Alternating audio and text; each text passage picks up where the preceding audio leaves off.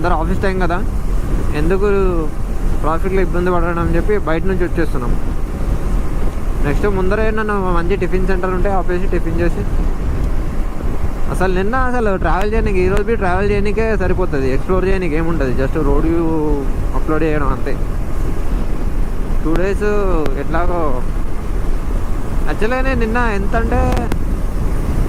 అంటే మన వాళ్ళు బ్రేక్స్ అంటే చాలా బ్రేక్స్ తీసుకున్నా. నాకు ఒక అన్న ఉన్నాడు అందులో, నర్సీ స్క్రామ్ ముందుకు వస్తుంది, చూపిస్తాను మీకు.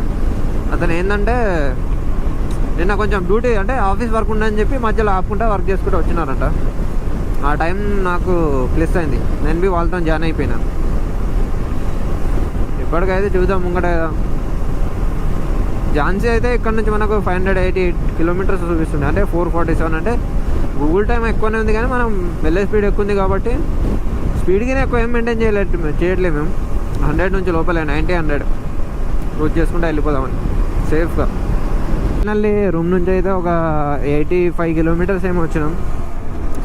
పెద్ద బిస్కెట్ ఏమైంది, ఫోన్ కెమెరా లెన్స్ గోవిందా పెట్టించినా సెట్ అవ్వవు సరిగ్గా. ఏం